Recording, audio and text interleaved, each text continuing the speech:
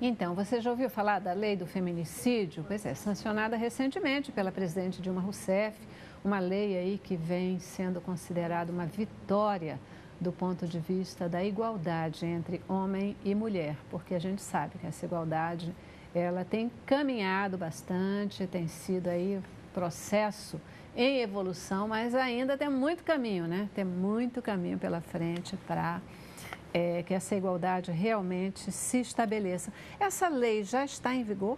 Já. Já está em vigor. Já está. Ela entrou em vigor no dia 9 de março de 2015 e o número dela é 13.104. Perfeito. E como é que é? Por que a importância de mais uma lei nesse sentido e onde é que ela se difere? Acho que você já falou um pouquinho disso, mas vamos falar um pouco mais. Onde é que ela se difere mesmo da Maria da Penha, da lei geral que já prevê o homicídio?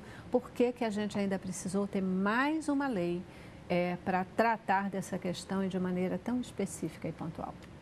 Assim, na verdade, a Lei Maria da Penha, ela traz medidas protetivas para a mulher que está em sofrimento por violência doméstica. Certo. O feminicídio, ele é mais genérico. Qualquer mulher que seja vítima do feminicídio, ela foi morta na condição de gênero. É porque ela é mulher, não necessariamente ela tem alguma relação familiar ou amorosa com o autor do crime. Né? Então, já difere disso na Maria da Penha, que é no âmbito familiar, que tem o contexto familiar que deve ser considerado.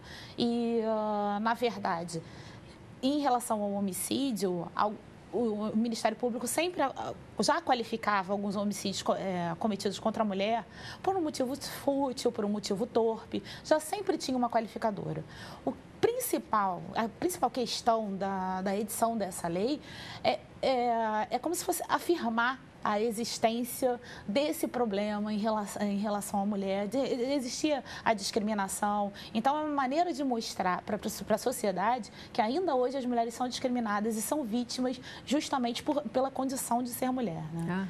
Acho que isso é o mais importante da lei. E ela faz isso mesmo, né? Chama atenção para isso de uma maneira forte,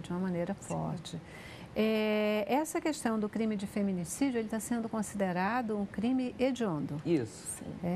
Por que que ele é considerado crime hediondo? Primeiro, o que é um crime hediondo, né? Só para a gente ser aqui didático, e por que que essa lei vai considerar esse crime hediondo? Então, na verdade, como esse feminicídio ele vem introduzido como uma qualificadora do delito de homicídio, todo homicídio, quando ele é praticado na sua forma qualificada, ele vem a ser um crime hediondo, né? Considerado de maior gravidade. Certo. E tem alguns aspectos muito relevantes, né? No próprio processo criminal, como, por exemplo, o autor de um crime, né, hediondo, ele não tem direito à fiança, tem uma progressão de pena diferenciada, tá? O regime inicial também de cumprimento da pena será o fechado. Então, tem várias implicações muito mais severas para o autor, em se tratando de crime hediondo. O que a gente estava até discutindo aqui seria que, mesmo não estando tipificado como feminicídio, muito provavelmente outros casos, né, de assassinato de mulheres já estariam qualificados por outros motivos, que também seriam qualificadoras, como, por exemplo, o motivo fútil, o motivo torpe, que já seria o suficiente por si só para qualificar o delito de homicídio. Qual, assim, vocês veem como, de fato, a maior vantagem dessa lei? Porque o Brasil, ele tem uma fama, e é uma fama verdadeira, de ter excelentes leis. Isso é tácito. Sim. Agora, daí a que essas leis elas sejam efetivamente cumpridas, que elas peguem para valer, é outra história, né?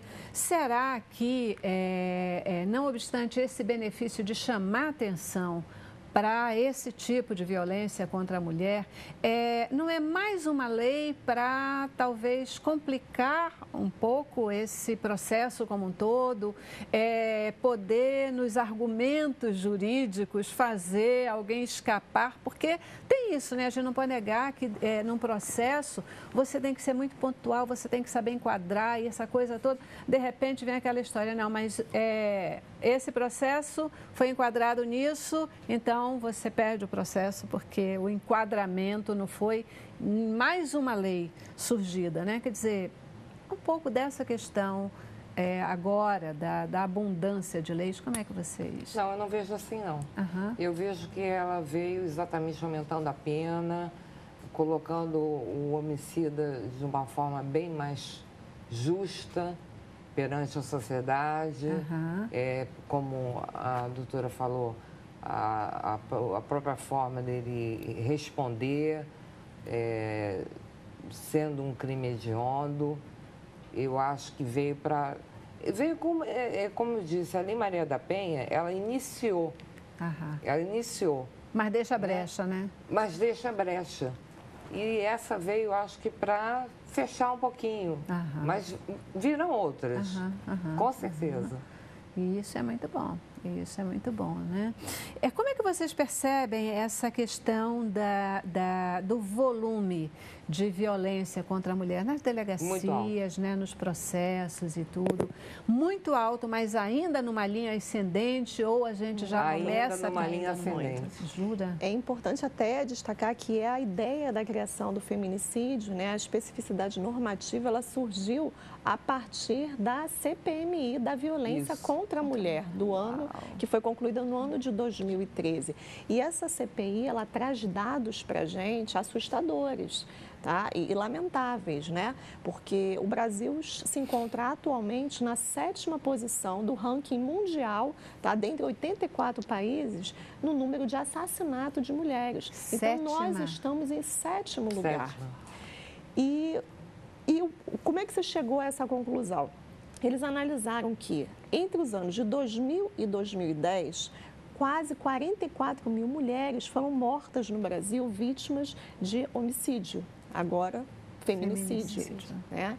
E, então, esses dados foram aumentando muito. Se a gente analisar os últimos também 30 anos, tem uma pesquisa que entre os anos de 1980 até 2010, houve um aumento de 2,3 para 4,6, ou seja, se dobrou o número de mulheres assassinadas, considerando um universo de 100 mil mulheres. Então, isso tudo impulsionou, né, propiciou a criação dessa legislação. E aqui na América Latina também vale ressaltar que o Brasil é o 14º país a tipificar o crime de feminicídio. Outros países já estavam mais avançados do que a gente nesse ponto. Puxa, uma informação assim preocupante, até mesmo assustadora, né? Porque a gente fica pensando tantos trabalhos feitos, a juventude aí dentro de uma nova formatação, dentro de uma nova mentalidade, mas impressionante como mesmo os jovens, né? Eles ainda continuam com esse olhar de diferença, esse olhar de maltratar a mulher, de achar que... E sem a menor sensação de culpa. Isso. Sem a menor sensação de culpa. Como é que vocês veem isso? Qual a interpretação de vocês para isso ainda está acontecendo no nosso país? Assim, nessa linha crescente, da gente não conseguir mudar a mentalidade dos nossos jovens, né? Está faltando algum aspecto dentro do processo educacional ou familiar ou das instituições para mudar. Por que a gente não consegue mudar essa trajetória? O que é isso? Sem dúvida. As próprias mães criam os filhos com esse pensamento machista, né? De que o homem pode e a menina não. E isso cresce junto com eles. Eles têm essa ideia de poder, de autoritarismo em relação à mulher, e isso ainda é válido hoje, né? Ainda tem essa questão da discriminação. Alguém mais antes do meu comentário?